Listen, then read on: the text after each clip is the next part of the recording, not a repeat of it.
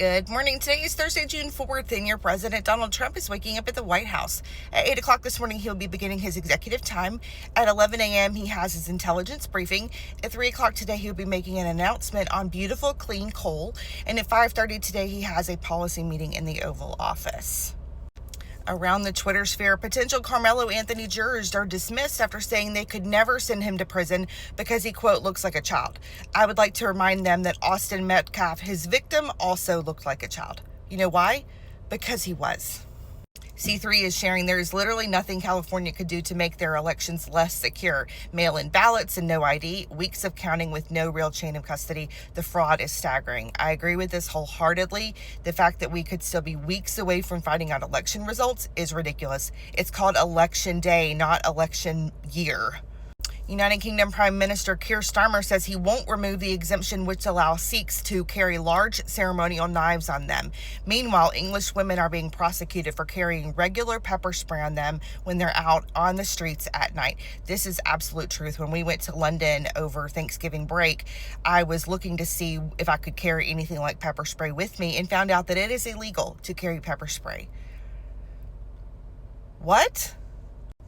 Carmelo Anthony supporters outside the courthouse are chanting, self-defense is not a crime. You know it is a crime, though? Bringing a knife to a track meet and then murdering someone with it. True story. A reporter asked President Trump yesterday, how do you define ceasefire? And in true Trump fashion, the way he loves to troll people, he says, in that part of the world, ceasefire is when you're shooting in a more moderate manner. Basil the Great is sharing that TikTok has banned the hashtag White Lives Matter. The Black Lives Matter hashtag remains in place. California Tech CEO Jamshid Gomi arrested for allegedly supplying equipment to Iranian nuclear military programs, according to the Justice Department.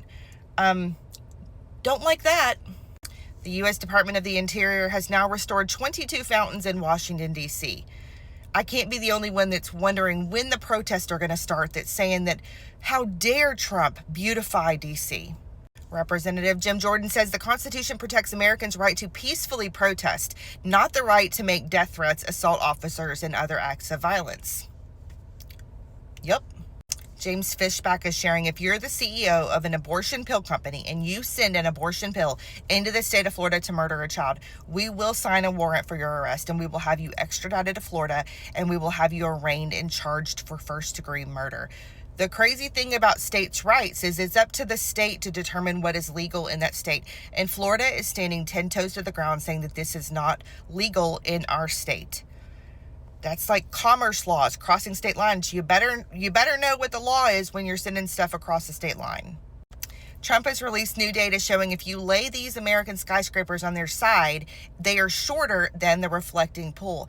I can't be the only one thinking that if the National Reflecting Pool just identified as a skyscraper, they could be the tallest skyscraper in the United States, because who's going to tell it otherwise, right? It identifies that. How dare you speak out against that? That's it for me for today. Y'all take care. Have a great day, and I'll see you tomorrow.